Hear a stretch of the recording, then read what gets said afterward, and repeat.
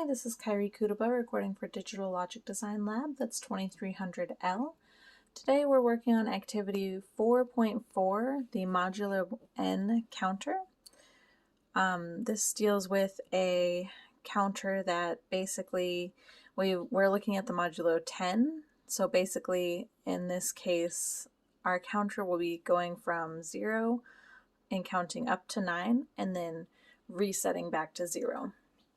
So to do that, we've got 4 D flip-flops, which are tied in with 4 2 input muxes and a 4-bit adder. And then there's some detection logic, which detects if the counter has counted up to 9, which has to run through a NOT gate and AND gate. I've got a circuit set up here following this logic diagram with the mux inputs going into the D inputs of the flip-flops. Outputs are running towards the logic that detects the 9 and into the adder also. And then adder feeds back some inputs into the muxes as well. The A values come from that. The B values are set to constants. Here I have 0, 0, 0, 0. In this case, I have set up this circuit and I've set a clock counter, that's this LED that's blinking, to run on a 1 hertz cycle with so frequency every second.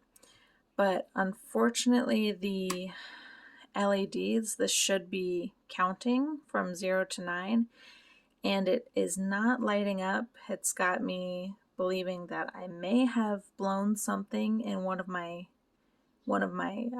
chips, because I was having a issue with getting anything to work with the last activity as well. I may have to look into buying a new flip-flop counter, the LS175.